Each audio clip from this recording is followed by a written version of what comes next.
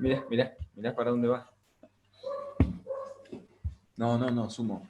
De ninguna manera voy a permitir esto. ¿Dónde estás? No, no estás bien. Estoy bien. ¿Ya pusiste la clave? Sí. Ah. Está grabando ya y todo. Uy, ¿cómo que ya entraste? ¿Cómo que?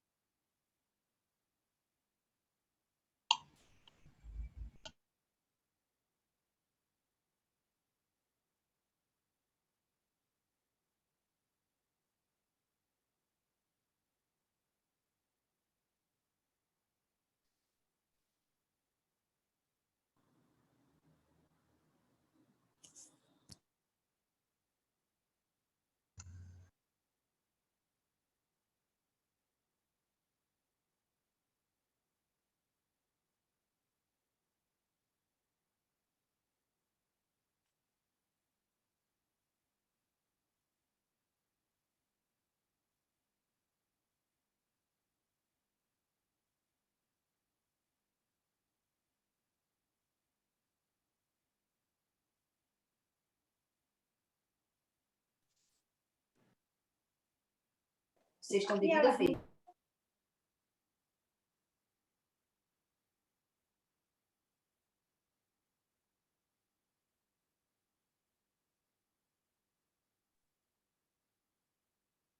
Chao.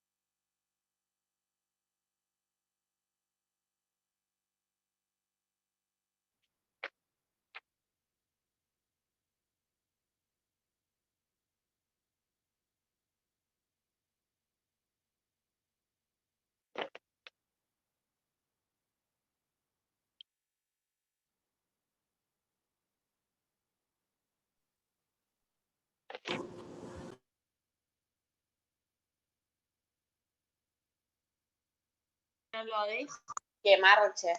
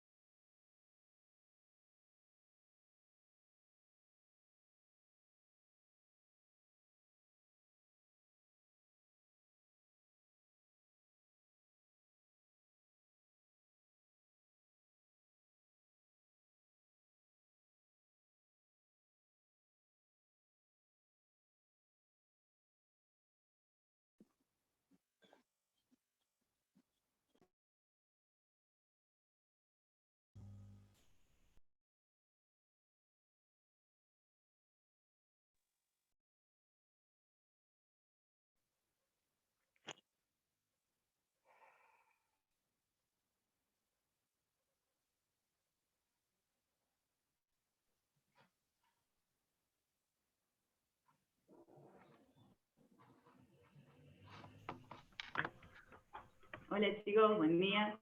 Les voy dando la bienvenida a los que se conectaron.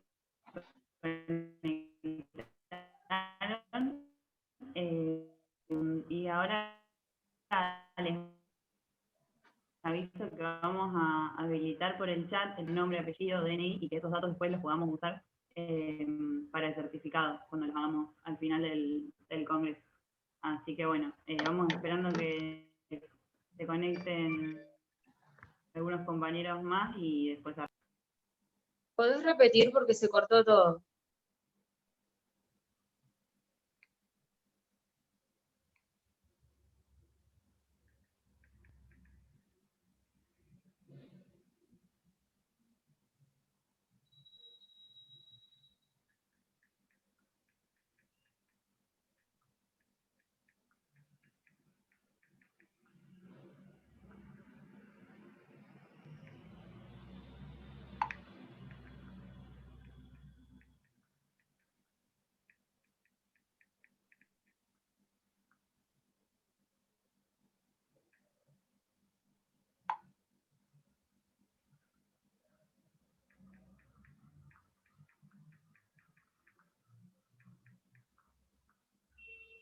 Hola, buen día. Mica, vos sabés que se cortó todo lo que dijiste y no escuchamos bien qué hay que hacer.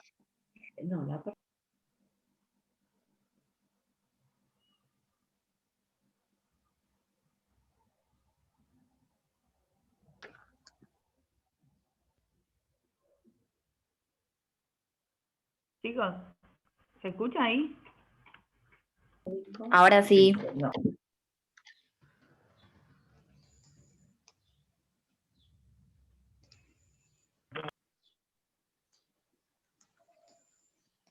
Bueno, entonces hablo sin la cámara, capaz se escucha un poco mejor. No, les estaba diciendo que ahora antes de arrancar vamos a habilitar habilitar un formulario para que puedan hacer la acreditación. La idea es que puedan poner nombre, apellido, DNI, los datos que pedimos ahí para que después esos datos los tengamos para hacer el certificado. Ahora lo vamos a mandar por el chat y después vamos a ir arrancando cuando... Buen día a todos. Mica, mira, yo te puedo pasar por WhatsApp porque yo me estoy manejando con celular, no puedo mandar.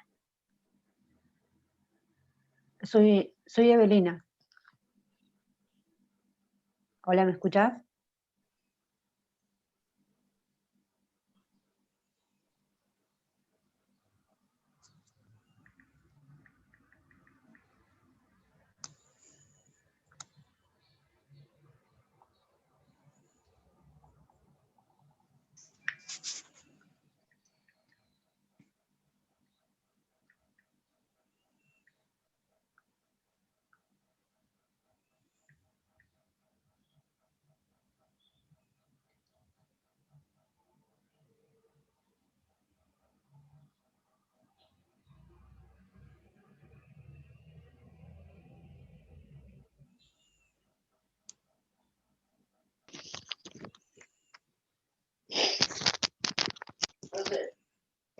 ¿Dónde está?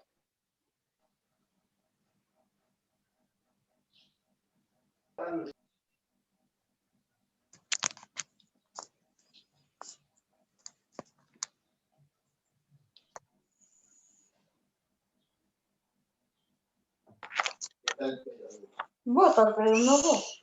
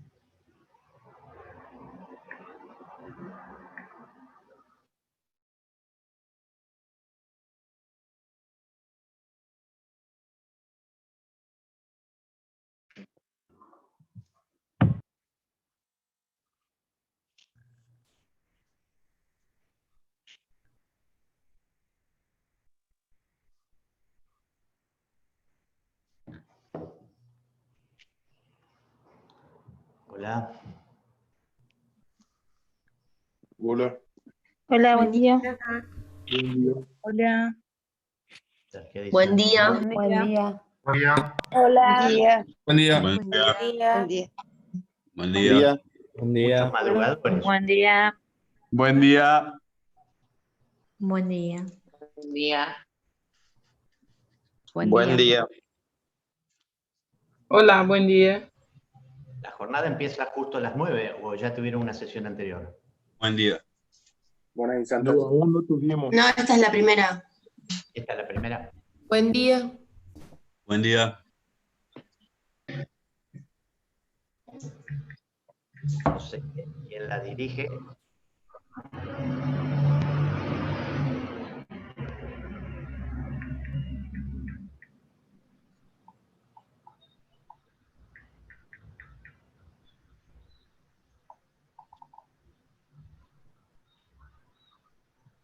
Tomás está, que me hizo el contacto, o no sé quién dirige la jornada. Hola, ¿A mí me escuchan bien? Porque Sergio, buen día. Sí. Sí, Soy se escucha Micaela bien. del Centro de Estudiantes.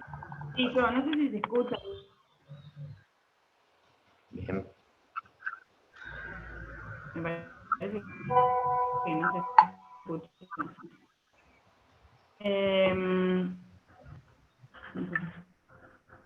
¿Ahí se me escucha mejor?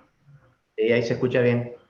Sí. Ah, bueno. Bueno, apago la cámara entonces porque estamos con un par de problemas de conexión. Bueno, antes que nada, les quería dar la bienvenida a todas y todos a la primera charla del Congreso. Ahora, en unos minutitos, vamos a pasar un video de presentación que hicimos las y los estudiantes para esta primera charla y dar el inicio al Congreso. Y bueno, nada, queríamos también decirles que estamos muy contentos de poder haberlo llevado a cabo después de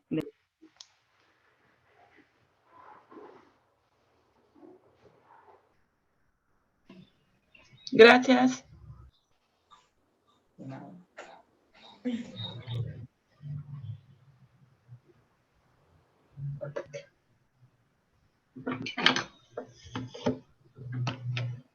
Bueno, chicos, estamos con un par de problemas técnicos y como el profe ya está conectado y todo, después vamos a pasar el video, preferimos que ya arranquemos. Así que bueno, primero que nada, contarles que en el día de hoy el doctor Sergio Lupo nos hablará sobre las últimas novedades de la vacuna contra el HIV y su posible erradicación.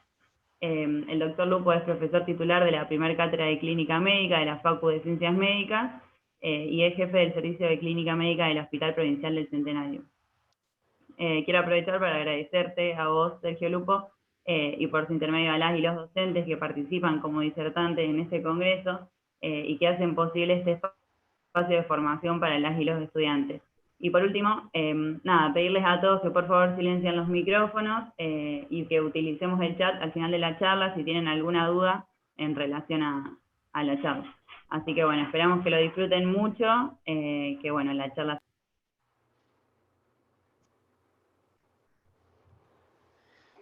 Bueno, gracias. ¿Me pasan la pantalla? Así yo puedo poner el...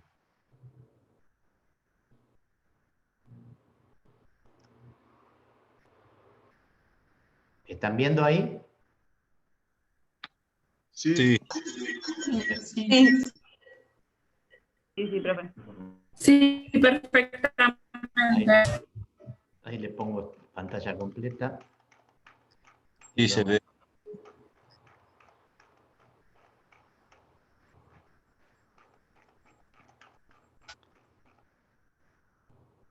Vamos a ir.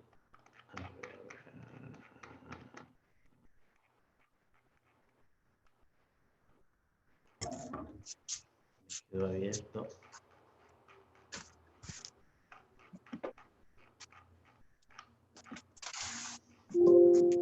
Bueno, ahí está el título de la charla: erradicación de VIH y SIDA hacia la vacuna y la cura. Ahí tienen mi mail. Cualquier cosa que después de esta ponencia quieran preguntarme, ustedes van a ver que vamos a hablar de algunas cosas que se están haciendo en otros lugares, pero también algunos estudios que estamos realizando nosotros. Entonces, las preguntas puntuales al respecto me las hacen después. Siempre primero poner el marco de la infección por VIH, entender un poquito de dónde venimos y en dónde estamos. Venimos de... Ahí hay un micrófono abierto, me parece escuchar. Y venimos del reconocimiento de los casos ya muy lejos, en el año 81, habiendo pasado por muchas etapas, que es difícil nombrarlas a todas, pero como hitos, conocimiento de la gente, aprendimos a diagnosticarlos, tuvimos la primera droga antirretroviral en el año 87, aprendimos a hacer la profilaxis, la transmisión en la mujer embarazada, y a partir del año 96 tuvimos ya lo que llamamos tratamientos de alta eficacia. Para llegar finalmente a lo que conocemos hoy, tratamiento para la prevención y un poco lo que vamos a hablar, qué posibilidades hay de ir hacia la erradicación. No sé quién puso ahí una línea roja en el medio. Sí, ahí está. Muy bien. Bueno, esto para tener una idea de dónde estamos parados, porque el hecho que se hable menos de esta infección hace que por ahí se olvide que todavía tenemos cerca de 40 millones de infectados en el mundo y que lamentablemente sigue habiendo casi 2 millones de nuevas infecciones por año, y fíjense la cifra de 770.000 muertes. En América Latina, entre el año 2010 y el 2018, hubo un aumento del 7% de la tasa de contagio, es decir, que todavía no llegamos ni siquiera a la famosa meseta.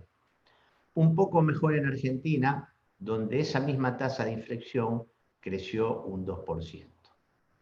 3 o 4 datos epidemiológicos que son relevantes para luego entender hacia dónde vamos.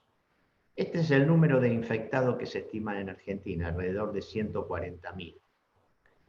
Todavía en el 17% se desconoce su diagnóstico y todavía no está la totalidad de los pacientes que se conoce el diagnóstico tratado. Sigue habiendo una relación más alta entre varón y mujer, 2.1, y en la media del diagnóstico está alrededor de los 30 años. Estos datos sí son relevantes, ¿por qué? Porque cada año se infectan 5.500 personas. Se notifican 5.800, quiere decir que a los 5.000 se le agregan 800 personas infectadas anteriormente que no tenían diagnósticos. Y estas dos cifras son sumamente graves. 35% de diagnóstico tardío. Diagnóstico tardío quiere decir que el paciente ya consulta con una enfermedad oportunista o con una neoplasia, con muy bajo número de CD4, y a veces esos pacientes no responden a los tratamientos y suelen ser parte de estos 1.500 pacientes que mueren por año. Siempre digo, con todo lo que tenemos hoy de bueno con respecto a la posibilidad de diagnóstico y de tratamiento del VIH, estas cifras son inadmisibles. Si vemos lo que el Programa Nacional toma como prevalencias así globales, vemos que el 34% se da en mujeres trans, entre 12 a un 15% en hombres que tienen sexo con hombres, 4 a 7% todavía en usuarios a drogas inyectables, 2 a 5% en trabajadores sexuales o en situación de prostitución, 2,7% en contexto de encierro, y el 0,4% es el que estimamos para la población general. Nosotros todos los años, los 1 de diciembre, hacemos una campaña de detección en la ciudad de Rosario, y la cifra de las personas que voluntariamente se testean siempre nos dan alrededor del 0,5, 0,6 por 1000. Bastante parecido a la estimación que tiene el Programa Nacional. Este es un hecho importante a marcar. De cada 100 bebés nacidos en el año 2017, 4,6 fueron positivos. Esto es inadmisible. La mayoría de las transmisiones se producen por vía sexual.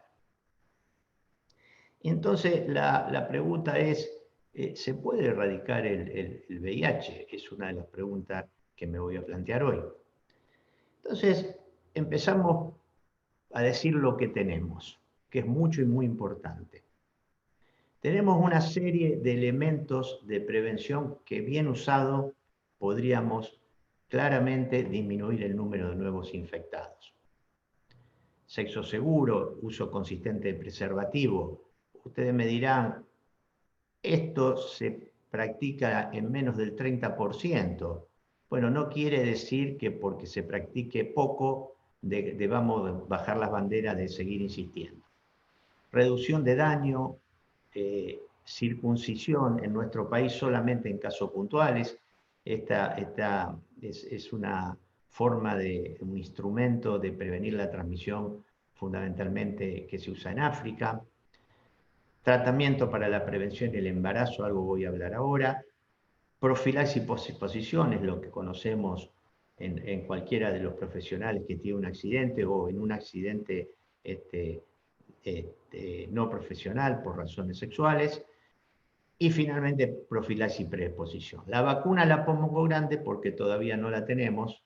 Y entonces uno diría inicialmente que si ejercitaríamos todos los instrumentos de prevención, si tuviéramos una vacuna eficaz y los estudios para la cura, del cual voy a hablar posteriormente, fueran exitosos, aunque sea en forma parcial, estaríamos en alguna instancia cercana a la erradicación del VIH para algunos años. Simplemente en transmisión vertical decir que no debería haber un solo chico VIH positivo con un buen control de la madre. Les muestro las cifras de la provincia de Santa Fe, que son mejores que las cifras a nivel nacional. Esta es la prevalencia en embarazadas de 0.56 y esta es la frecuencia de transmisión vertical, 1.19. Fíjese que en el año 2016 ha habido 3 casos, en el 17 1 y en el 18 1. No debería haber ninguno.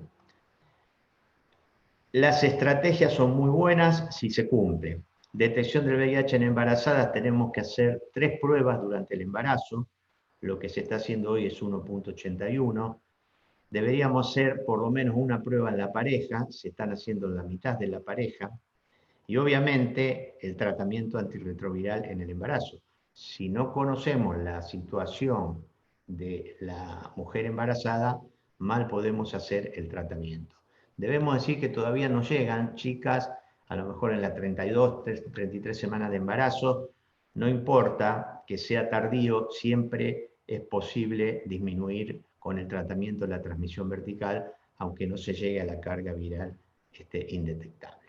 Entonces, conclusión, en este punto tendríamos que estar en 0 y creo que próximamente lo lograremos. ¿De qué hablamos cuando hablamos tratamiento para la prevención? Aquí el enfoque no es el tratamiento en el beneficio individual de la persona que lo realiza, sino que es en beneficio de la persona con quien tiene relaciones sexuales. Y hubo 2 grandes estudios que ya culminaron con esto, indetectable e intransmisible. Hubo un estudio que fue un ensayo clínico, el HPTN 052, que era con tratamiento diferido o adelantado, donde se demostró que el tratamiento disminuyó el 96% de la transmisión. Y no fue el 100% porque una de las personas adquirió el virus apenas había empezado a tomar el tratamiento y no estaba con carga viral indetectable. Y el otro gran estudio, son 2 estudios, los estudios partner, fueron estudios observacionales con parejas cero discordantes. Y en todo tipo de relación sexual, inclusive se agregó en los últimos 4 años una gran cantidad de hombres que tenían sexos con hombres para que sea una muestra que tuviera que ver con la totalidad de la forma de prácticas sexuales, y se contabilizaron más de 77.000 relaciones sexuales y 1.596 parejas años sin transmisión. Por eso, desde el año 2018 se ha hecho esta frase: indetectable es intransmisible. ¿Qué quiere decir esto? Que si todos los individuos estuvieran diagnosticados y tratados y con carga viral indetectable, ya tendríamos la posibilidad de erradicar el virus. Esto también da mucha tranquilidad a las parejas que pueden tener relaciones sin preservativo, sin descuidar de otras enfermedades de transmisión sexual y que pueden tener embarazos sin hacer algunas técnicas especiales, complejas, que eran un poco caras. El otro punto es la gran evolución que ha hecho las drogas que conforman el tratamiento antirretroviral. Desde allá el lejano 87 con el AZT, llegamos al 2020 pasando por distintas etapas. La etapa clave fue en el año 96, cuando combinando 3 drogas de distintas familias, conseguimos que la carga viral sea indetectable y a partir de ahí la reconstitución de la inmunidad y a partir de ahí conseguir que los pacientes pudieran tener una expectativa de vida más cercana a la normalidad. Fuimos creciendo en número de drogas, pero posteriormente empezamos a bajar el número de comprimidos, inclusive también el número de drogas. Hoy en el 2020 ya tenemos tratamientos con 2 drogas y no 3, que tienen igual tolerancia, eficacia y que tienen menor toxicidad. Y si ustedes se fijan aquí, tenemos 9 combinaciones de 3 o de 2 drogas antirretrovirales en una sola pastilla.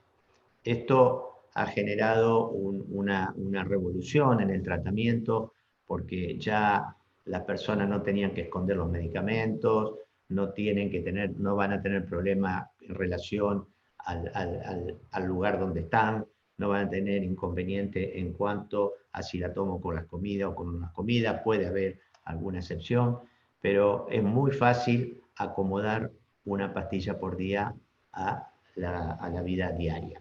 Y esa sola pastilla, bien indicada, ustedes verán, no les voy a hablar de esto, pero combinación de las distintas familias que ustedes conocen, nucleócidos, no nucleócidos, inhibidores de integrasa, tenemos la posibilidad de que la mayoría de la gente, si no toda, esté con carga viral indetectable. ¿Y qué viene ahora?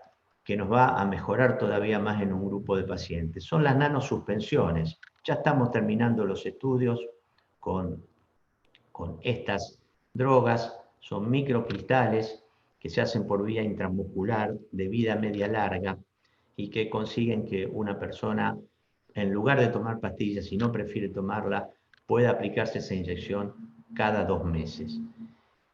Los estudios ya han demostrado y han validado esta forma de tratamiento, pero fíjense acá nomás un detalle, como no solamente la comodidad, sino la menor cantidad de gramos, comparado con los estudios convencionales que consume el paciente. El gran estudio, y el primero, ya vendrán otros, es la asociación del cabotegravir, que es un inhibidor de integrasa, con la rilpivirina de larga acción, que es un inhibidor no nucleócido y que ya ha demostrado eficacia haciéndose 2 inyecciones en el mismo día cada 2 meses. Posiblemente ya está aprobado en algunos países del mundo y quizás en Argentina lo tengamos el año próximo. Es decir, que ya como ustedes ven en el tratamiento tenemos una gama de recursos que hacen muy difícil de que no podamos encontrar la forma que cada una de las personas que conviven con el VIH tengan el mejor tratamiento. ¿Y qué es esto del PrEP? Que muchos preguntan. El PrEP es lo que llamamos la profilaxis preexposición, es decir, consiste en 2 maneras hasta el momento, luego hay otras en estudio, tomar una pastillita que forma parte del tratamiento antirretroviral, tenofovir con entricitabina, o todos los días, o 2 comprimidos antes de la relación sexual, uno a las 24 y uno a las 48 horas. Estos 2 estudios, el PRO y el HyperGay, hay un montón de estudios, pero fueron bien hechos en vida real y demostraron lo que ustedes ven acá, que se puede disminuir el 80% la transmisión y acá el 86%, tanto dado en forma diaria como dado en forma intermitente. Todavía en Argentina no hay un programa, digamos, el programa ya está diseñado, pero todavía no se ha puesto en marcha para que lo pueda hacer la gente que considera que tiene riesgo de transmisión y que con esto la podría prevenir. Y muy bien, habiendo hecho un balance de lo que tenemos, a veces usado en forma imperfecta, ¿cuáles son los estudios que nos llevarán hacia la cura? Bueno, esto ustedes los deben conocer. Nosotros con el tratamiento antirretroviral conseguimos rápidamente, en 1 mes, 2 meses, 3 meses, que la carga viral se haga indetectable. Indetectable significa, de acuerdo a cómo uno lo mida, menos de 50, menos de 34 copias, menos de 10 copias, inclusive hay estudios que miden menos de 1. Se considera, para que un tratamiento sea eficaz, que con que el paciente tenga menos de 50 copias ya está indetectable. Pero muy bien, esto ya lo sabemos. Si esto lo mantenemos en el tiempo, no habría ningún problema con el paciente en cuanto a que deteriore su inmunidad. Pero el hecho está que si se suspende el tratamiento, se produce un rebote. Ese rebote es diferente para las personas, pero en términos generales rebota más o menos en los términos con que el paciente había comenzado con el tratamiento. ¿Y cuál es la razón que se produce este rebote? Y bueno, esto lo hemos aprendido y lo seguimos aprendiendo, que tiene que ver con una minoridad de virus que están constituyendo lo que decimos el reservorio del virus. Y ese reservorio del virus está, por ejemplo, en lo que llamamos resting cells, son células en reposo, que tienen una vida media muy larga, fíjense, prácticamente no tienen actividad biológica, 3.6 años, 43 meses.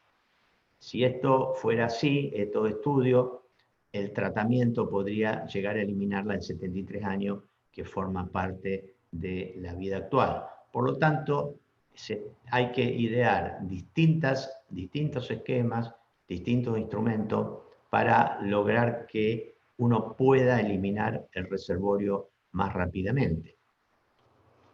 Y aquí están las dos grandes estrategias hacia la cura.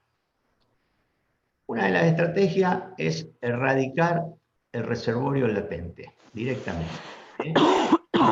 Se calcula que por lo menos habría que disminuir más de 3.5 logaritmos del reservorio. Esto es lo mismo que la carga viral que se mide en logaritmo, el reservorio también es posible medirlo así. Esto se ha conseguido fundamentalmente en 2 pacientes con el trasplante de célula madre, es decir, cambiamos totalmente el reservorio y ya no existe el VIH en estos pacientes. La otra estrategia hacia la cura es lo que llamamos la curación funcional después de suspender el tratamiento antirretroviral, lo que generaría una remisión virológica sostenida sin necesidad de tratamiento. Ustedes conocen hay un grupo de pacientes, menos del 1%, que se llama Elite Controller. Son pacientes que los seguimos durante muchos años y mantienen la carga viral indetectable y mantienen los CD4 normales.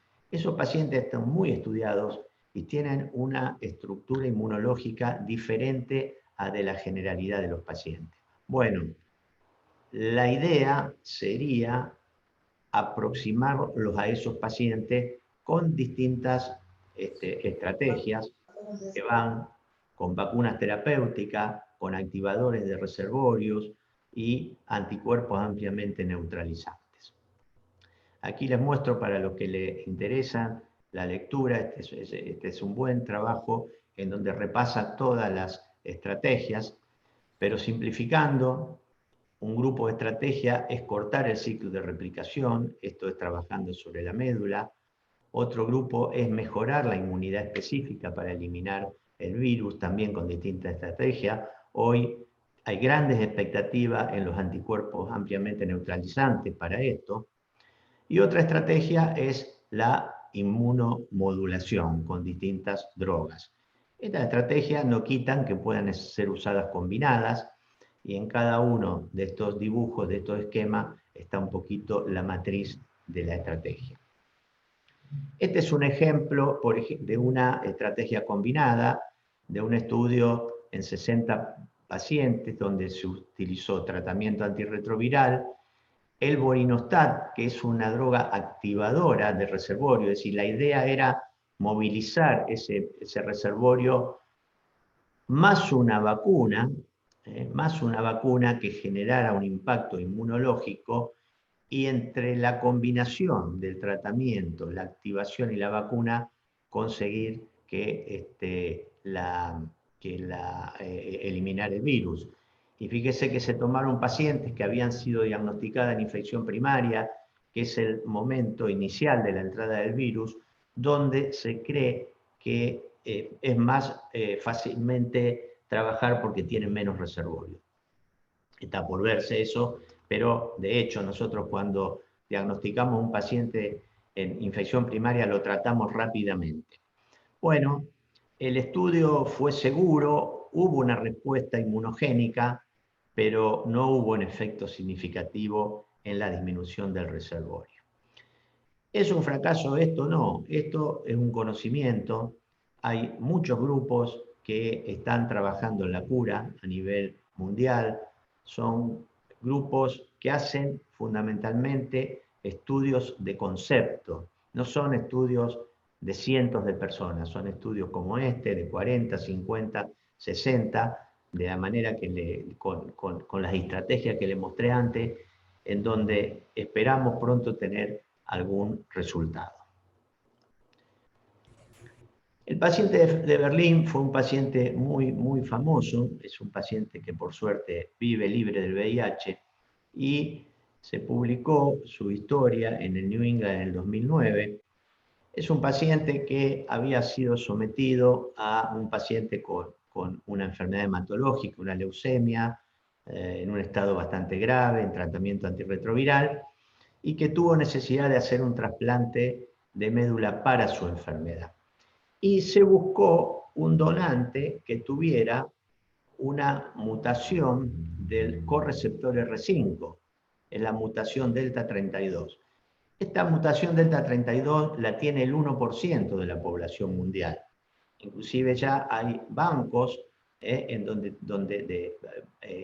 de sangre, de médula, donde están inscritos cuáles son los pacientes que tienen esta mutación para poder ser utilizados en el futuro. Lo concreto que este paciente hizo un primer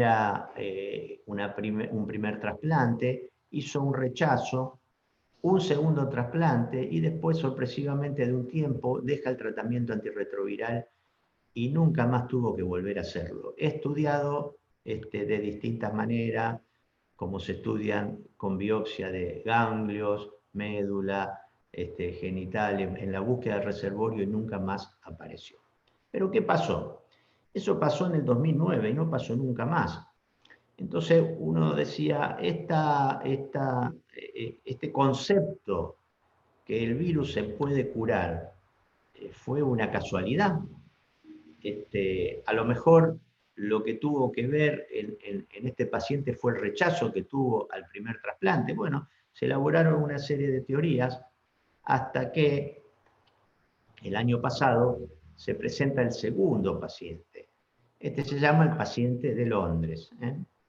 El paciente era un paciente VIH positivo, tenía tropismo al R5, diagnosticado en el 2003. Para los que no están en el tema, recuerde que el virus entra o por el R5 o por el X4 y luego por los receptores CD4. Podemos medir con pruebas por dónde entra el virus asistencialmente inclusive. Bueno, empezó en el 2012 un tratamiento habitual, tenofovir, entricitabina, efavirenz, suprimió la carga viral, pero en el 2013 se le diagnosticó un linfoma de Hodgkin, un estadio 4. Ahí hace un cambio de tratamiento por cuestiones de interacciones y pasa a raltegravir. Y comienza con quimioterapia con uno de los ciclos bastante conocidos que es un ABDB. Lamentablemente tuvo fallas a la quimioterapia y nuevamente tuvo que recurrir, como el otro paciente, a un trasplante de célula madre. Y se consiguió un donante con la mutación delta 32. Bueno, el tratamiento este paciente sí respondió al primer trasplante, el tratamiento se mantuvo durante 16 meses, hasta que el paciente lo suspendió. Fueron controlando la carga viral indetectable y todos los parámetros fueron perdiendo los anticuerpos, midiendo el reservorio y todos los parámetros de actividad del virus desaparecieron. Con lo cual se puede asegurar, todavía se está estudiando este paciente, que es el segundo caso de paciente curado. Hay otros casos más que todavía no se ha suspendido el tratamiento, pero acá hay que decir algo muy importante. Esto puede realizarse en el contexto de una enfermedad oncohematológica y donde en esa enfermedad necesite el trasplante. No es para utilizarlo en cualquier VIH, porque sabemos todo que una quimioterapia muy supresiva y un trasplante tiene alto riesgo de morbimortalidad. Pero sí, como prueba de concepto es válido. Hace poquito se presentó el caso del paciente de Brasil, un paciente de San Pablo, distinto a donde se hacía un tratamiento intensificado y nicotinamida, y se hizo en un grupo de pacientes, y él, en los que se suspendió el tratamiento, uno solo mantiene la carga viral indetectable. Es otro mecanismo, pero no sabemos esto a ciencia cierta, faltan estudios para ver si eliminó el virus o no. Sería muy bueno que lo haya hecho. Es decir, sobre este tema vamos a tener más novedades en los próximos tiempos. Ahora, ¿qué se intenta hacer relacionado con esto? Bueno, lo que se intenta hacer, lo mismo que se ha hecho con el trasplante, hacerlo artificialmente, y esto se llama terapia génica. Entonces, esto ya se está trabajando, se modifica in vitro a los linfocitos CD4 de personas VIH positivo, se cambia el correceptor R5, es decir, acá no es que le agregan de afuera, sino que se lo cambia y se lo retransfunde. En este estudio, que se ha hecho se están haciendo obviamente con un número reducido de pacientes, hubo una reducción del rebote, pero fue modesto, y se logró mantener a los pacientes con control de epidemia durante 40 semanas. Claro, ¿por qué? Porque es muy difícil reemplazar todo el repertorio. Se ha reemplazado una parte. Este es un estudio seguro, hay que decirlo, y bueno, veremos el futuro.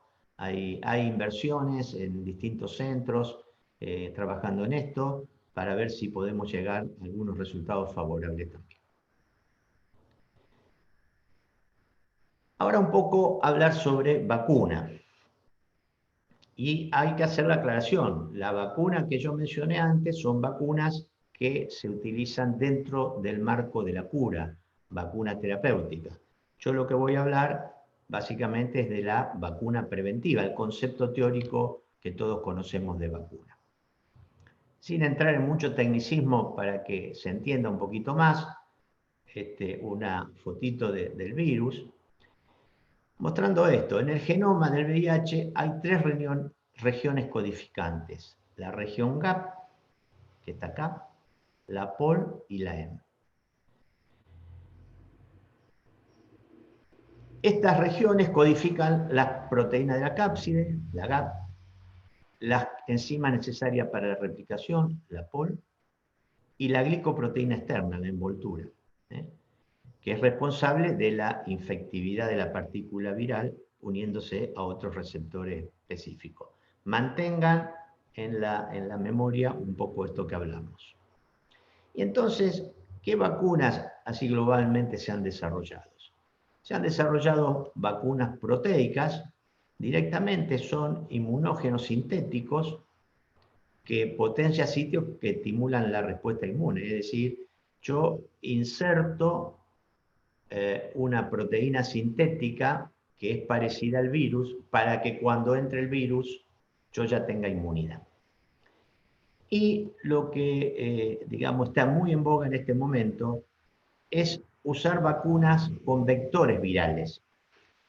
Obviamente son virus no VIH, virus atenuados, que transportan estos genes de los que yo le hablé, que se insertan dentro del vector y lo lleva adentro del organismo, haciendo una especie de engaño. Uno dice, es una especie de caballo de Troya que lleva proteínas que cuando van a generar otras proteínas y van a engañar al virus cuando entre. Eso sería simplificado. Hasta ahora teníamos una sola vacuna que había demostrado alguna eficacia, por eso la voy a mencionar. Esta es la vacuna RB144. Esta vacuna era una combinación de dos vacunas, la Alvac-HIV y la ACE-Vac, que por separado no habían tenido ningún resultado. Entonces decidieron unirlas, utilizando un virus, un vector viral, que es el Canary Pox, el virus de la viruela del canario, obviamente siempre atenuado, con genes GAT y POL, y para los subtipos B y E. Cuando hablamos de subtipos, estamos hablando de las distintas variantes que existen del VIH-1 en las distintas partes del mundo. Nosotros tenemos el predominio casi absoluto del subtipo B, en África del subtipo C, pero sepan que hay subtipo desde la A hasta la K.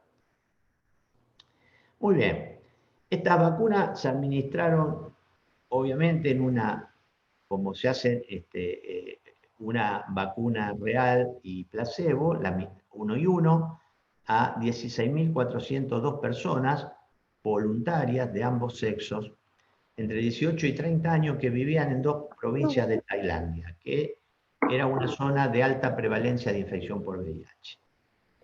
Y bueno, lo que se obtuvo fue un beneficio de disminución del 31,2% entre la población vacunada y la población placebo. 31% para una vacuna, uno tiene dos miradas. Bueno, por primera vez mostramos que una vacuna podía prevenir a un sector de la población, pero a la vez es insuficiente para que esa vacuna sea utilizada en una población mayor. En ese momento se calculaba que mínimamente necesitaríamos una eficacia del 50% para que nos dé una relación costo-beneficio. Sí, importante que la vacuna fue segura y bien tolerada.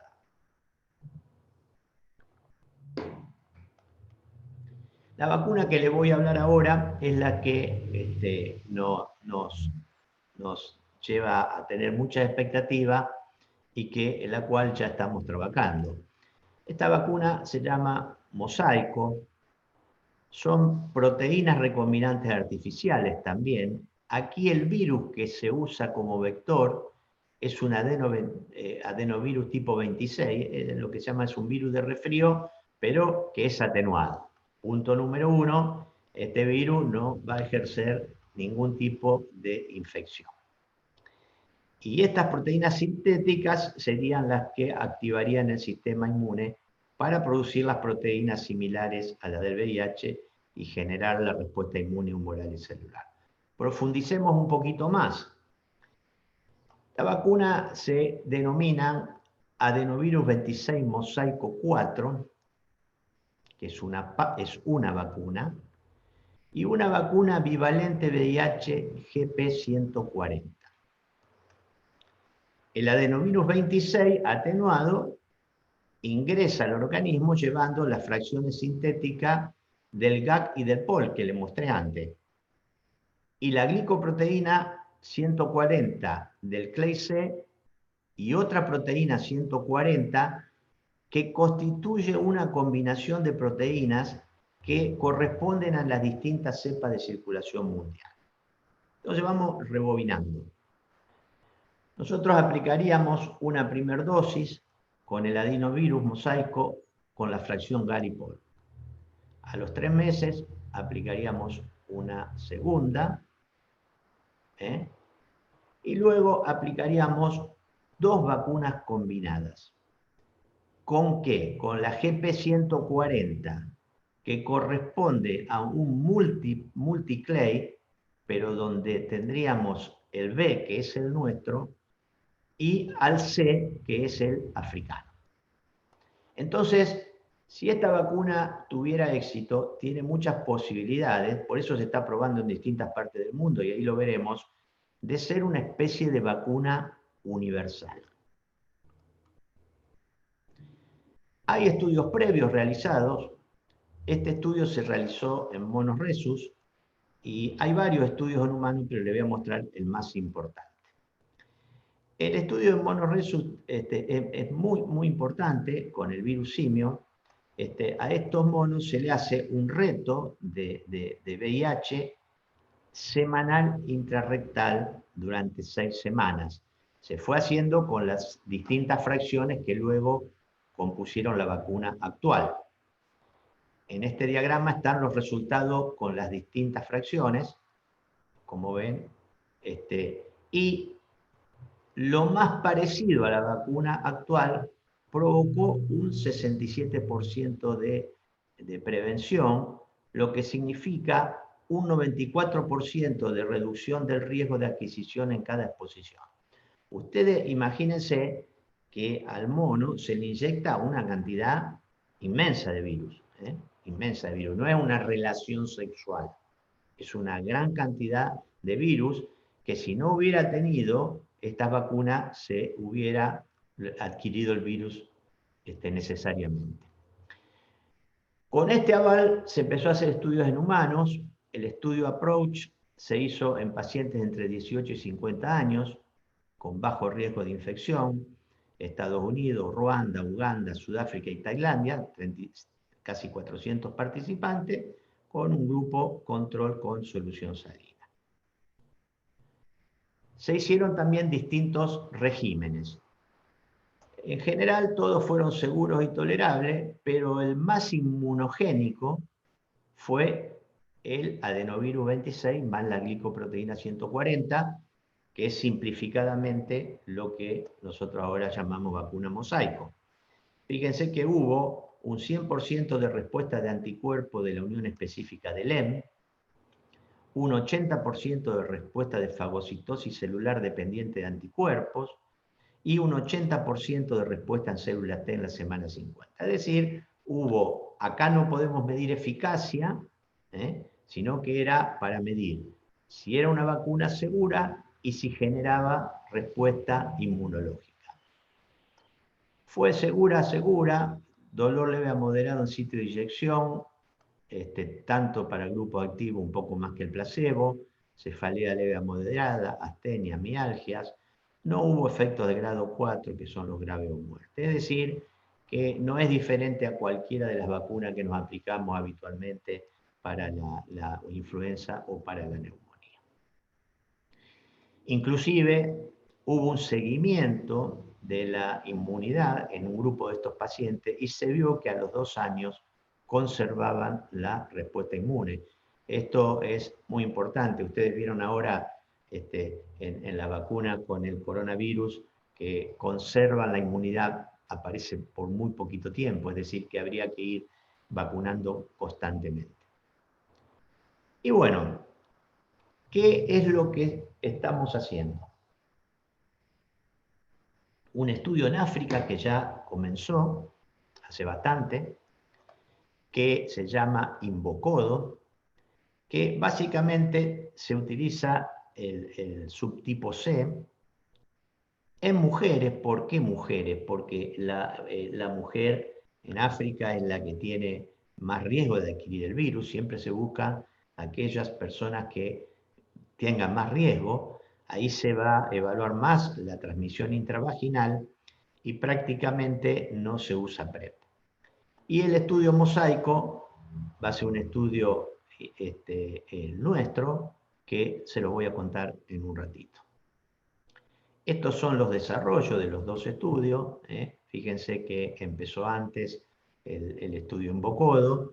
Acá tenemos el mosaico que se suspendió por unos días, por unos meses, mejor dicho, se interrumpió por la pandemia, pero debo decirle con alegría que ya se reinició y ya incluimos nuestro primer paciente aquí en Rosario.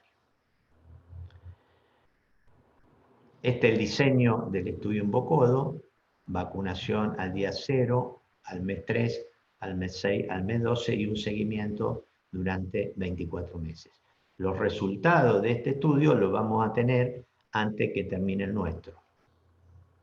Y este es el estudio mosaico, decíamos América y Europa, predominantemente es un tipo B, hombres que tengan sexo con hombres y en personas transgénero. Lo que se va a evaluar básicamente más es la transmisión intrarrectal y permite mayor uso de PrEP. ¿Quién hace esta vacuna o estos ensayos clínicos? Bueno, es un trabajo conjunto de los Institutos Nacionales de Salud de Estados Unidos. HBTN es la red de ensayos de vacuna contra el VIH. Este es un grupo independiente que colabora con todos los estudios de vacuna que se están realizando. Centros de Investigación de América y Europa, y la parte privada la pone el laboratorio Janssen. En cada uno de estos centros se ha generado un comité de educadores comunitario y un comité asesor de la comunidad. Esto replica lo que hace HBTN en todas partes del mundo, con la idea de que el estudio no esté estrictamente, digamos, llevado por los investigadores, sino que un grupo que ayude a comunicar a la gente de qué se trata y que se asesore a la comunidad. Ya hemos constituido estos grupos, la verdad que están trabajando muy bien. ¿Dónde se hace esta vacuna? Bueno, Argentina 4 centros, 1 en Rosario y 3 en Buenos Aires, 9 en Brasil, 5 en Perú, 3 en México, 24 en Estados Unidos, 6 en España, 3 en Italia y 3 en Polonia. No se asusten del título, pero simplemente para ir describiéndole de qué se trata. Fase 3. ¿Qué quiere decir fase 3? Que ya es un gran estudio en 3.800 voluntarios que nos va a dar datos de eficacia. Ya no es solamente que nos va a dar datos de respuesta inmune, nos va a dar datos de eficacia y de seguridad. Siempre cuando aumentamos el número de personas a investigar, mejoramos la seguridad. Va a ser un estudio, va a ser un estudio multicéntrico, como lo vimos, aleatorizado, doble ciego, controlado con placebo. En vacunas, como no hay todavía una vacuna eficaz, siempre se tiene que comparar con placebo. Cuando tengamos una, por ejemplo, podría ser esta, que sea útil para el 60% de eficacia, se podrá comparar con otras con el 80%. Por eso uso un grupo placebo.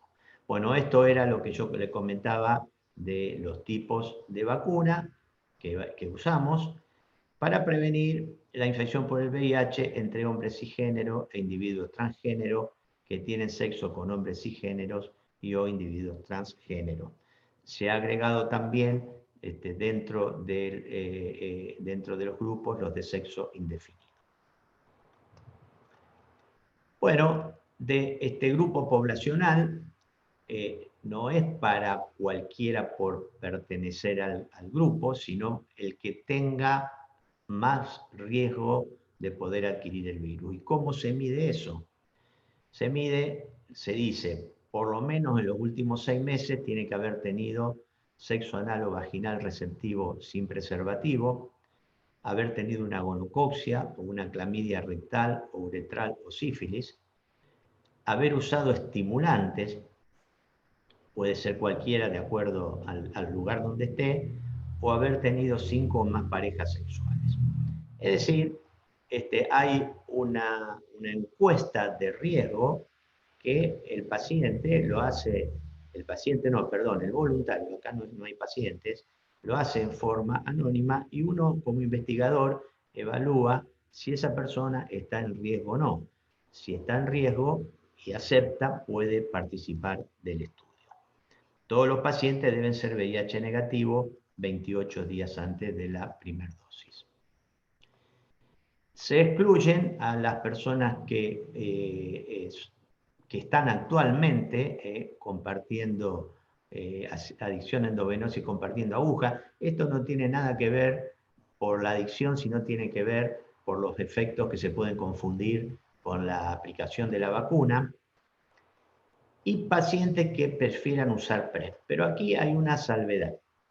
Obviamente, si una persona dice, doctor, yo antes de entrar en una vacuna preferiría usar PrEP, que ya hay datos que sirve, y tomar pastillas todos los días, uno le dice, bueno, usa PrEP, no entres en este estudio.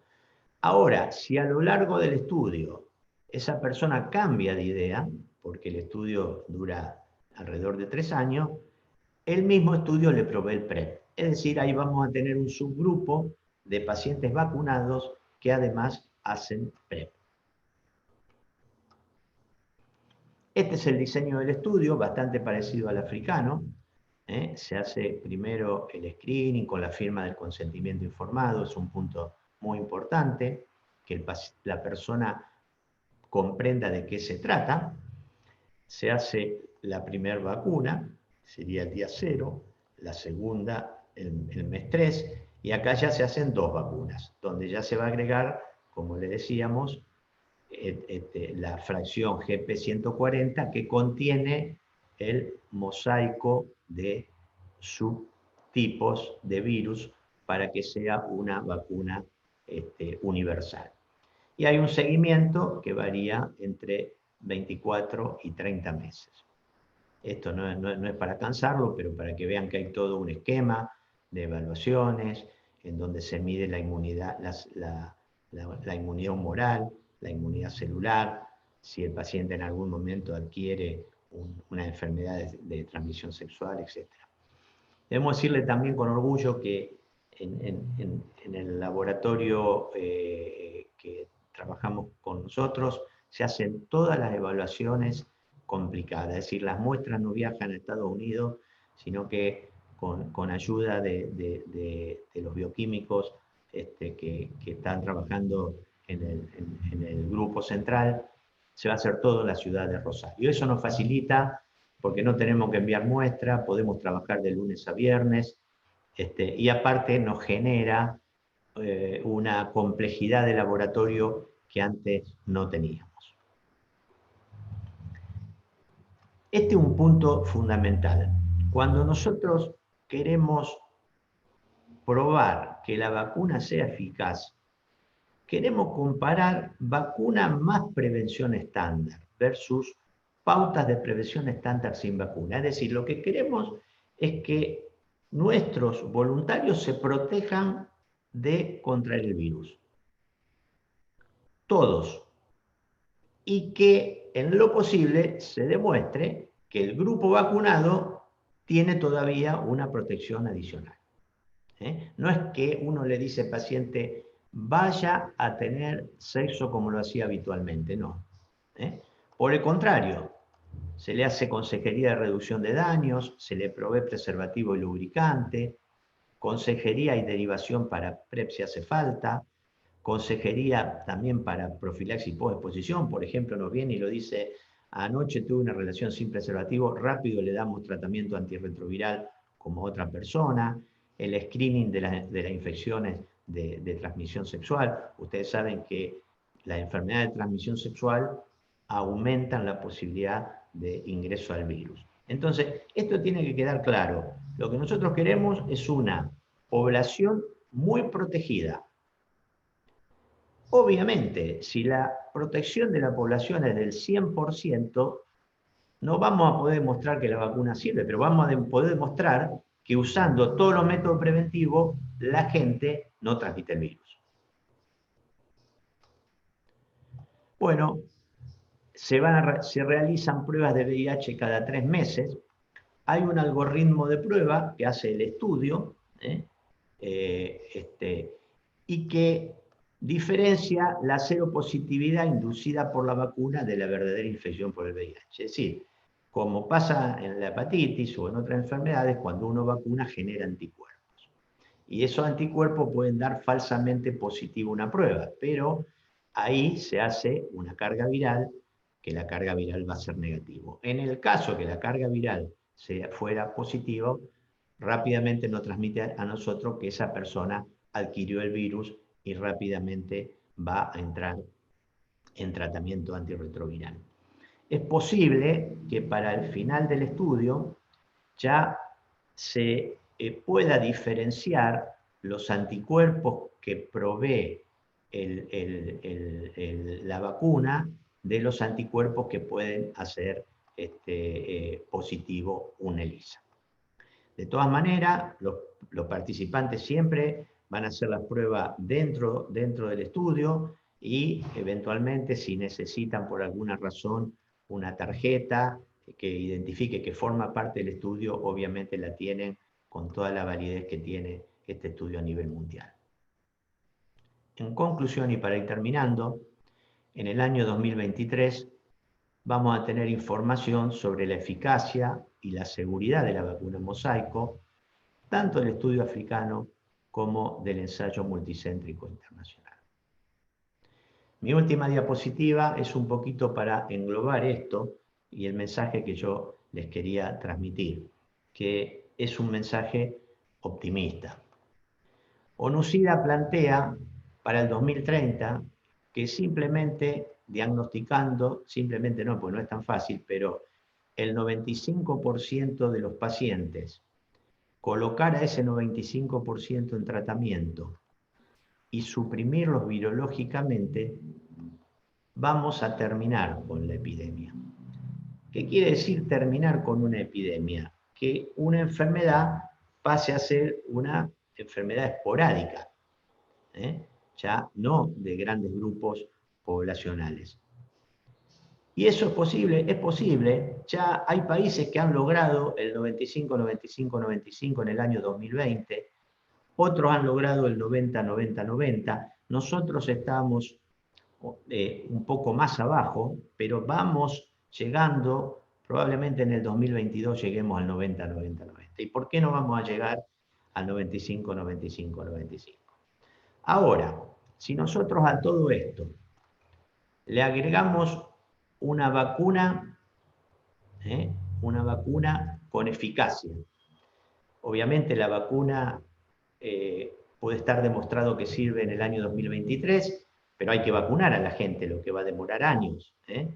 Y si de todos los estudios de cura que se están haciendo, encontramos algunos de ellos positivos y que realmente logran la cura de los pacientes, vamos a estar a paso de la erradicación. Y esto no es ciencia ficción, porque si uno analiza el comienzo de esta enfermedad hasta dónde llegamos, tenemos toda la expectativa que lo que nos falta lo consigamos en los próximos años. Ese mensaje les quería transmitir, así que estoy abierto a preguntas.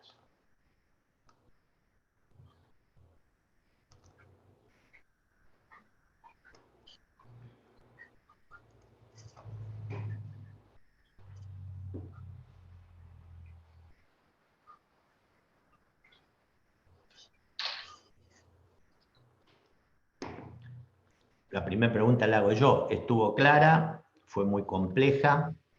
Es un tema complejo, traté de hacérsela lo más simple posible, ¿no es cierto? Profesor, buenos días. Quería preguntar ¿qué expectativa de vida tienen los recién nacidos infectados? ¿Y qué pronóstico tienen? Bueno, cualquier paciente infectado que haga el tratamiento antirretroviral bien, la expectativa de vida es similar a la población general. Ustedes lo que tienen que tener en cuenta, pueden leer trabajos en donde dice expectativa de vida levemente inferior, pero guarda, tenemos que comparar que la población con VIH adulta, sobre todo, suele tener coinfecciones, suele tener otros problemas. Así que uno diría que tiene una expectativa más desde el recién comienzo, una expectativa similar, con un tratamiento adecuado. Gracias. De nada. Anímense, ¿alguna otra pregunta? ¿Cuál es el tratamiento a los recién nacidos? Bueno, a los recién nacidos hay distintas drogas, ya por suerte, ya pueden hacer los inhibidores de integrasa y los nucleósidos, que antes no lo podían hacer.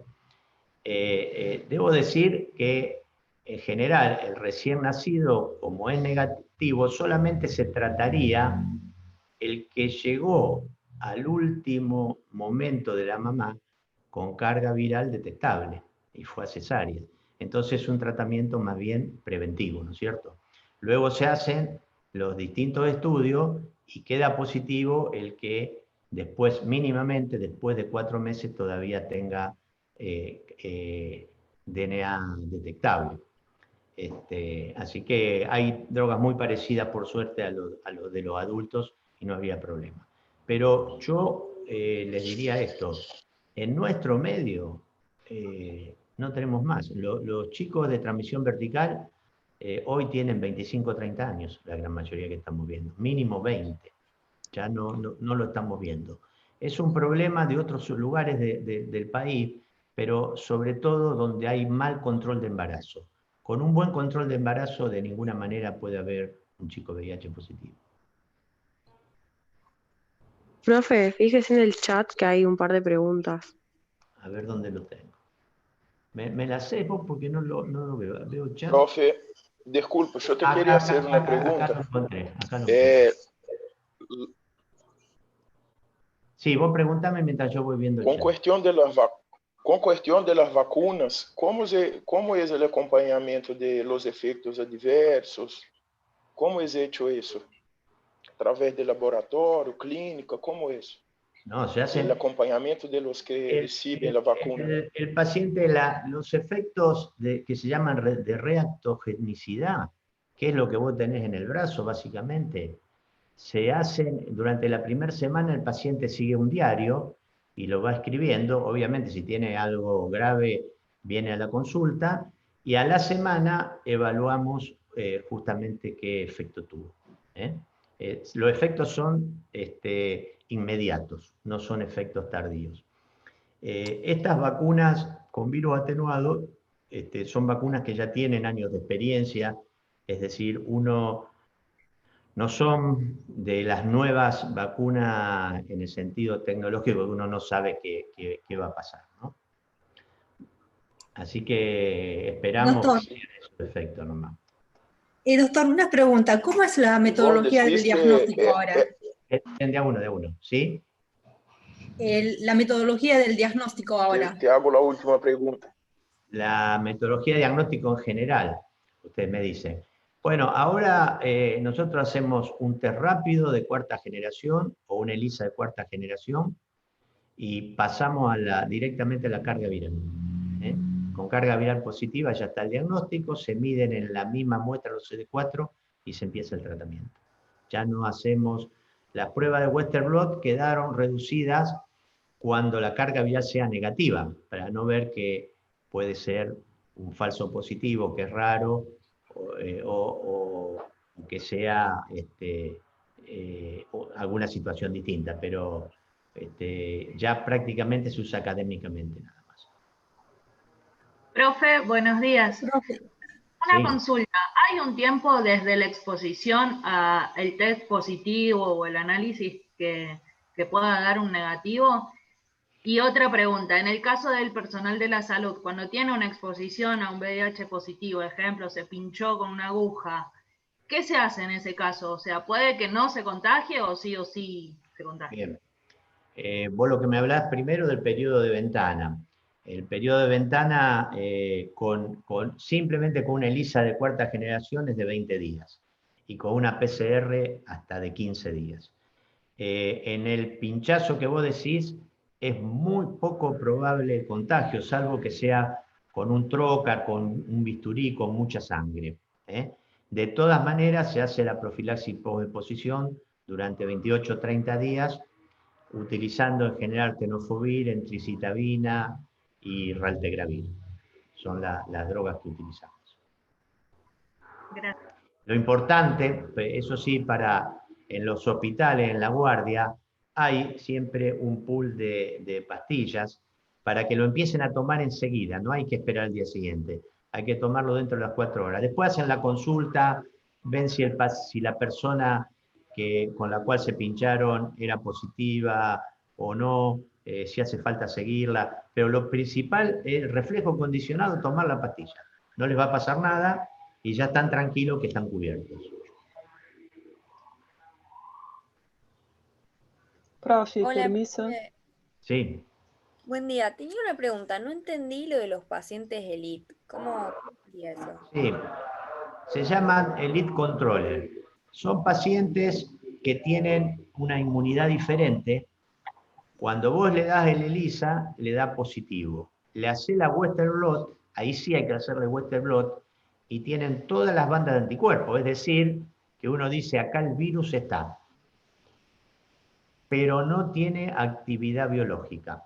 La carga viral, que la controlamos en forma anual, siempre está indetectable y los CD4 están totalmente normales.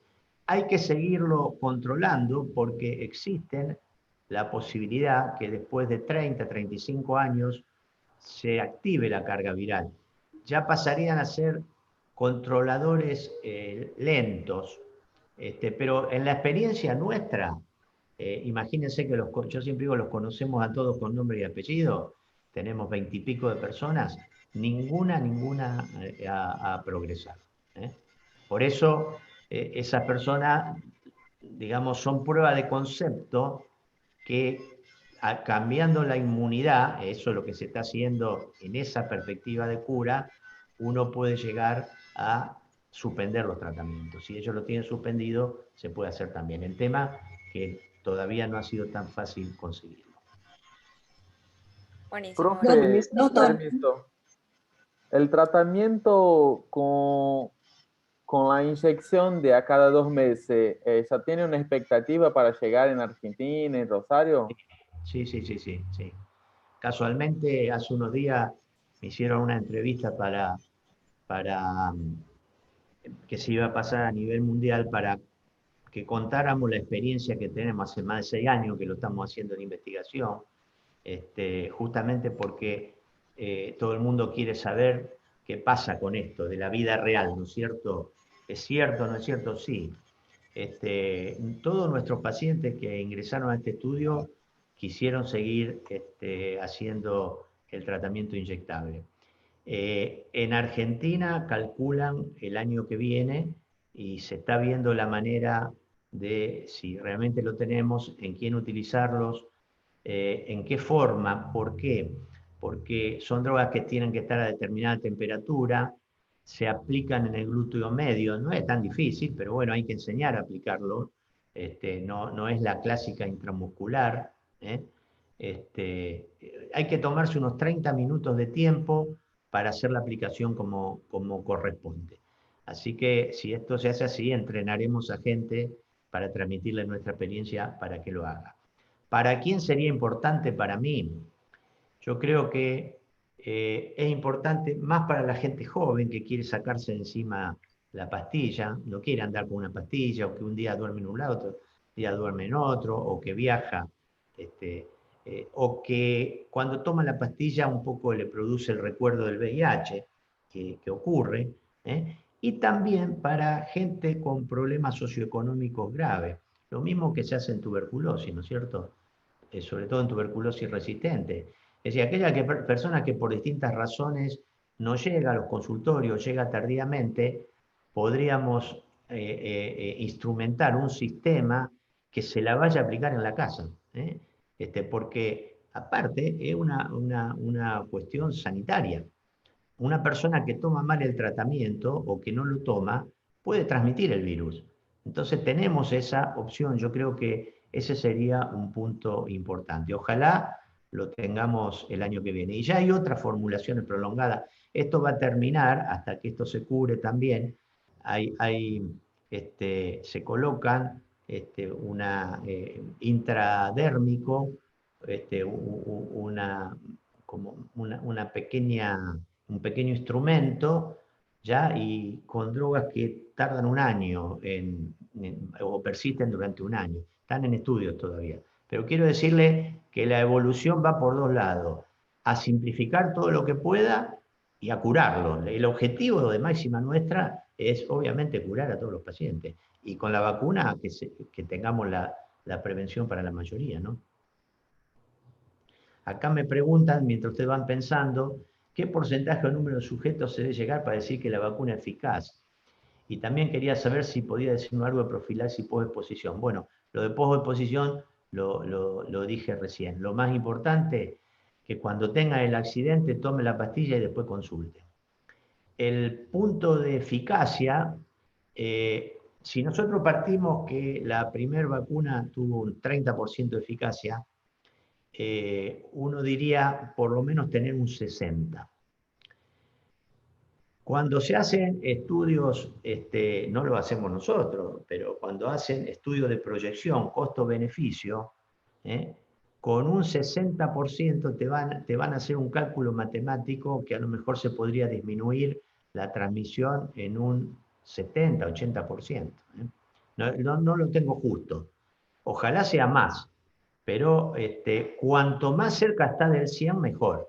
Ahora, ustedes saben que es muy difícil que una vacuna tenga el 100%. Ustedes fíjense que las vacunas que están hablando todos los días los medios del SARS-CoV, estamos hablando de eficacia de alrededor del 60%.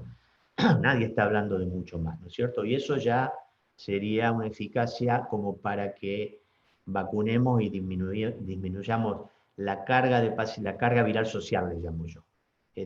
Cualquiera de los virus es lo mismo, tienen carga viral social. Cuando hay más comunitario, más carga viral social, más posibilidad de transmisión. Lo que se tiene que evitar es eso. Cuando nosotros nos vacunamos no es para nosotros mismos solamente, es para evitar que el virus trascienda y siga diseminándose. Profe, yo tengo otra duda. Ahí me dicen, alguien tiene el mail del profesor para enviar la consulta, está en la primer diapo, supongo que la habrán grabado, no tengo ningún problema en que la escuchen tranquilo, o pasen el mail, doctorsergiolupo@gmail.com, con mucho gusto le contesto.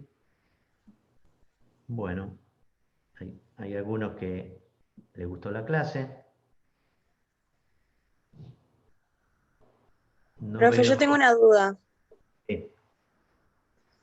En cuanto a la profilaxis preexposición, ¿en qué situaciones se da o cuánto tiempo se hace un tratamiento? Bueno, la profilaxis preexposición no es para toda la vida, es para una situación en la cual una persona, por el momento que le toca, está con mucho riesgo. Vamos a poner alguien que no tiene pareja estable, y tiene relaciones múltiples, y tiene dificultad para usar el preservativo. Bueno, esa persona durante un tiempo puede hacerlo, tomando una pastilla por día. Y con controles médicos, porque hay que controlarse hepatitis B, otra enfermedad de transmisión sexual, etc. No lo planteamos que lo haga por su cuenta. La otra forma de demanda, es decir, tomar las dos pastillas al momento antes de tener la relación sexual, una a las 24 y otra a las 48 horas, yo creo que son válidas para estas situaciones de sexo en fiesta, digamos, ¿no? O con drogas. ¿Qué pasa en esas situaciones? Son personas que habitualmente no tienen relaciones, pero una vez cada 2 meses van a alguna fiesta de estas donde hay altas posibilidades de contraer enfermedades.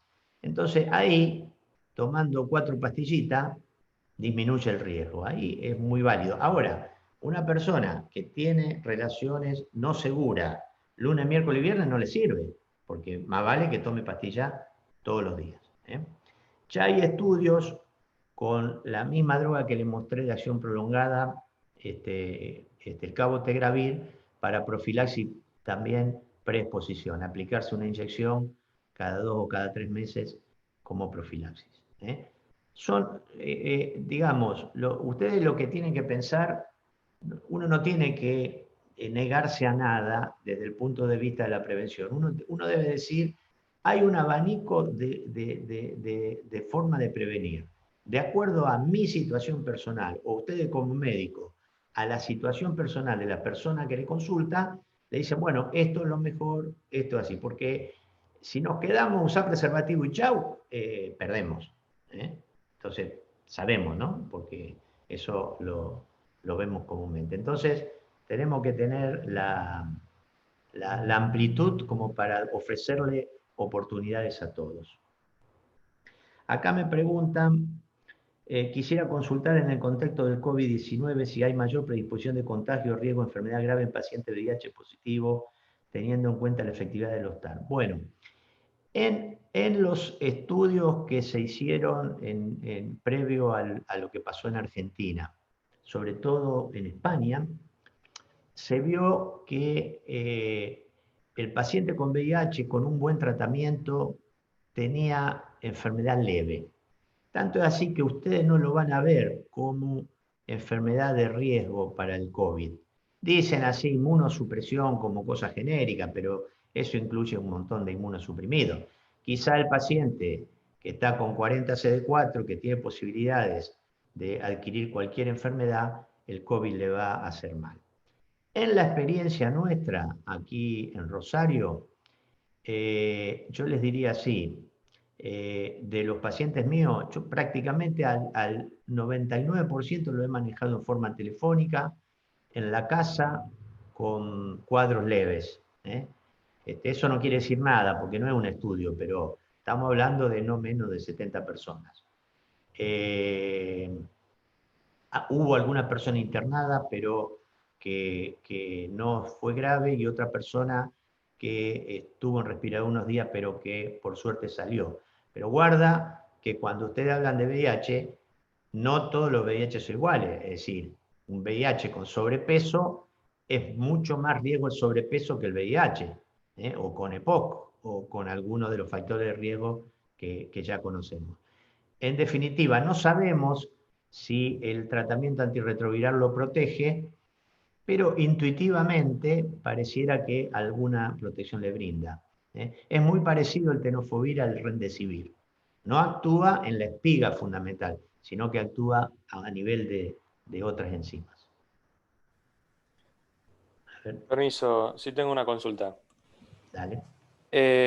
Al principio usted había mencionado que lo que se buscaba era que el virus sea indetectable. Incluso en una diapositiva hacía como que indetectable era igual a intransmisible. Sí. Mi confusión es que, capaz que lo interpreto mal, que sea indetectable sería lo mismo a que no tenga carga viral, o indetectable solamente se refiere a que el médico no pueda, por así decirlo, bueno, como la palabra lo dice, detectar que está en el organismo. No. Indetectable es carga viral menor a 50 copias. Claro. Con el tratamiento. Está bien, gracias. Claramente es así. Eso se llama indetectable. Lo que planteamos siempre para mayor seguridad, cuando las personas empiezan un tratamiento, le decimos que debe estar 6 meses indetectable. O sea, le hacemos una carga viral a los 3 meses, otra a los 6. Esos 6 meses tiene que dar, cuando está indetectable ya estamos seguros que lo es. Pero ojo, hay que decirle que siga con la medicación. Porque si el paciente abandona la medicación, va a dejar de ser indetectable y va a incurrir en riesgo a su pareja, ¿no? Si no usa preservativo.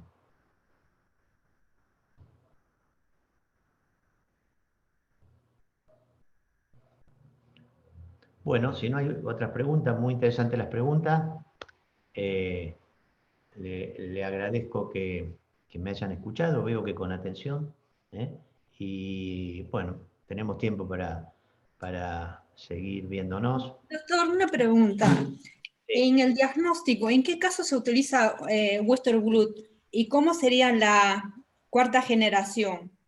No, lo de cuarta ¿Cómo generación. sería el estudio? En todos los hospitales ya se hacen los ELISA de cuarta generación, que es un sanguchito de antígeno anticuerpo. Por eso tiene un periodo de ventana muy corto, ya en todos los lugares. Y la Westerblot se dejó de hacer, ¿por qué? Porque retrasa mucho y porque es cara. Si yo ya sé que tengo un positivo y encima con carga viral detectable, ya tengo el diagnóstico. No me hace falta hacer el segundo paso, hacer la Westerblot y un tercero y ir a que el paciente empiece el tratamiento dentro de 2 meses. Hoy un paciente lo puedo empezar el tratamiento el mismo día que lo diagnostico, si quiero, o a los 3 o 4 días. Doc, ¿cuál sería en cuanto a las vacunas, cuáles serían las contraindicaciones, si es que existe? No, contraindicación no tiene, salvo que tenga alergias a otras vacunas donde utilicen como ayudante el aluminio. Si alguien me viene y me dice, mire, yo no me puedo aplicar ninguna vacuna porque soy alérgico, y bueno, es posible que sea alérgico, y ver qué tipo de alergia, esa podría ser. Y por supuesto que dentro del protocolo las contraindicaciones, que el paciente tenga una enfermedad activa, tiene que estar sano, ¿no es cierto? Esto es para personas sanas. Si tiene alguna otra enfermedad activa, esperamos que se cure y luego sí puede ser vacunado. Pues vamos a suponer, viene una persona que tiene COVID y está con fiebre, y no, esperemos los 14 días que se cure y después puede perfectamente ser vacunado. Pero no tiene, como contraindicaciones mayores no las tiene. Profe, la medicación post-exposición, puntualmente, ¿qué hace? Bueno, está buena la pregunta. Uno diría, haciéndolo rápido, impide que el virus se introduzca en las células, que son las primeras que generan rápida replicación, y luego en los reservorios. Es decir, sería una especie de vacuna preventiva, ¿no es cierto? Eso, hipotéticamente, es lo que hace.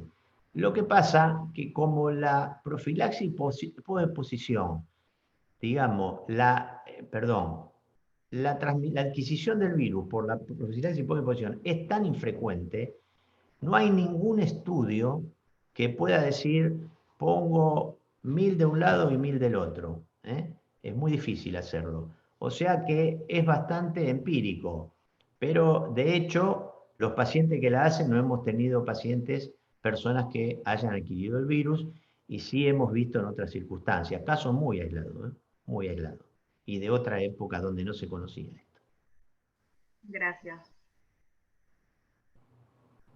Profesor, usted hablaba de unas reservas que se activen en algún momento, por eso el control durante todo el tiempo que se tenga que hacer.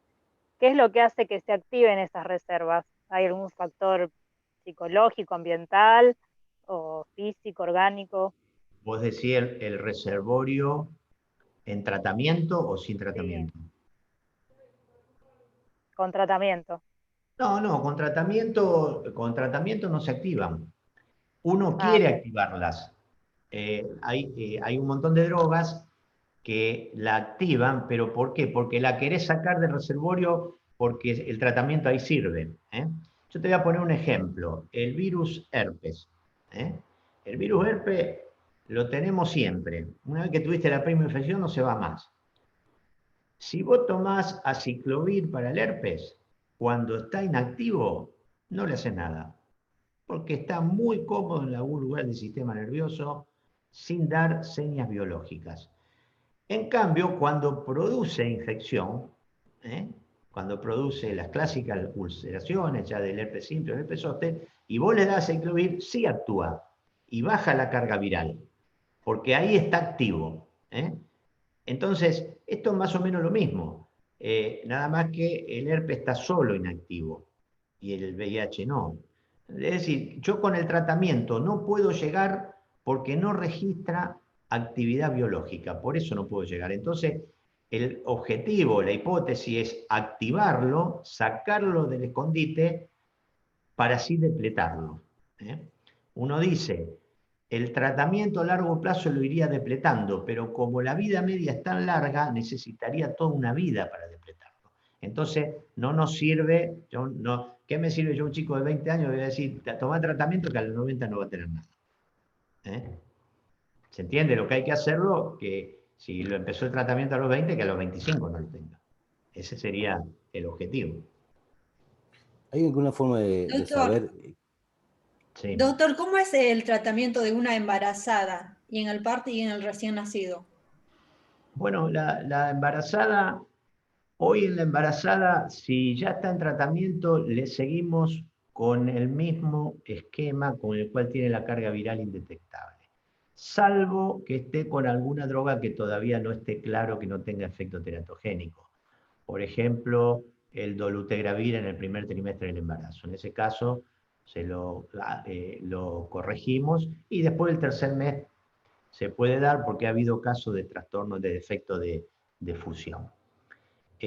Cuando tengo que elegir, porque comienzo el tratamiento, elijo las drogas más probadas, por ejemplo, tenofovir en tricitabina y raltegravir, que están muy probadas y que bajan rápido la carga viral. Después del embarazo, hago un esquema de menos pastillas. Pero siempre también a la embarazada hay que hacerle un test de resistencia para estar seguro que las drogas que le damos sirven, porque no es muy corto el tiempo y no nos podemos dar el lujo de probar, ¿no? Hay que hacerlo con esos test. Yo le quería preguntar si hay una manera de saber de manera anticipada quiénes son los elite controllers. ¿Hay algún estudio? No, no se puede saber. A mí también me gustaría. No, lamentablemente no, eso es en el seguimiento del paciente.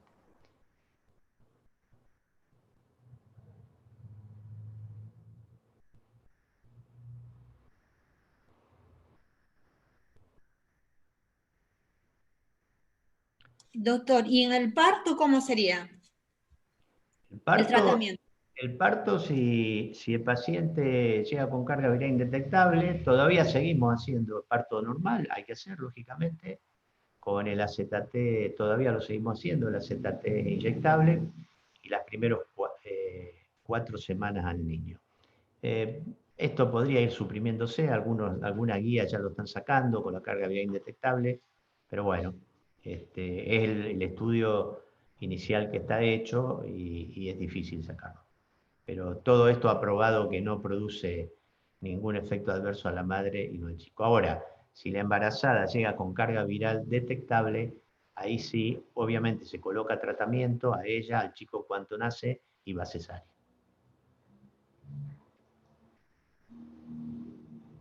¿Y en recién nacido cómo sería?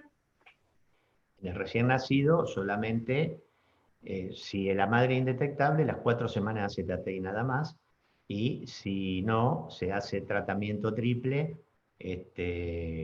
hasta demostrar que el chico sea negativo. ¿Y durante el parto? Durante el parto, lo que les dije antes, durante el parto, vuelvo a decir, si ya la paciente era conocida y está con un esquema que no es teratogénico, se sigue con el mismo esquema. No hace falta cambiarlo. Y si está con algún esquema, alguna droga que puede producir alguna teratogenia, se la cambia sin problemas, porque el cambio de droga cuando hay carga viral indetectable no tiene ningún inconveniente.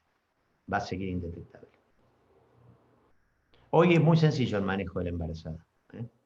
El problema de la embarazada es que llegue los últimos días sin control o sin diagnóstico. Pero si no, es muy sencillo.